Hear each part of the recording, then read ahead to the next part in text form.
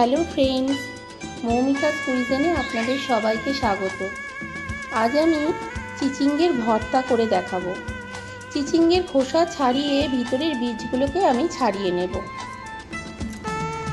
কড়াইতে দিয়ে দিচ্ছি মাস্টার্ড অয়েল। ফোড়নের জন্য দিয়ে দিচ্ছি তেজপাতা, গোটা সর্ষে।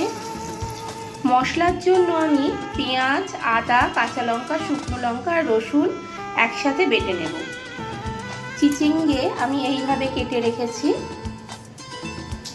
এইভাবে সরু করে করে কেটে রেখেছি।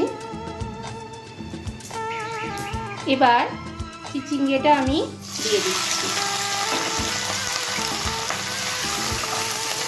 ভালো করে ভাজা ভাজা করব। এবার দিয়ে দিচ্ছি হলুদ,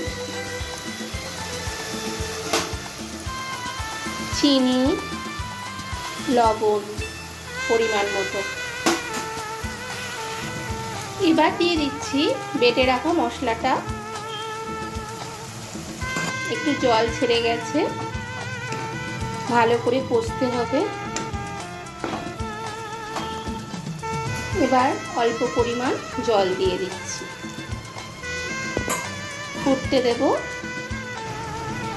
সবশেষে দিয়ে দিচ্ছি নারকেল কোড়া, শুকিয়ে গেলে নামিয়ে নেব।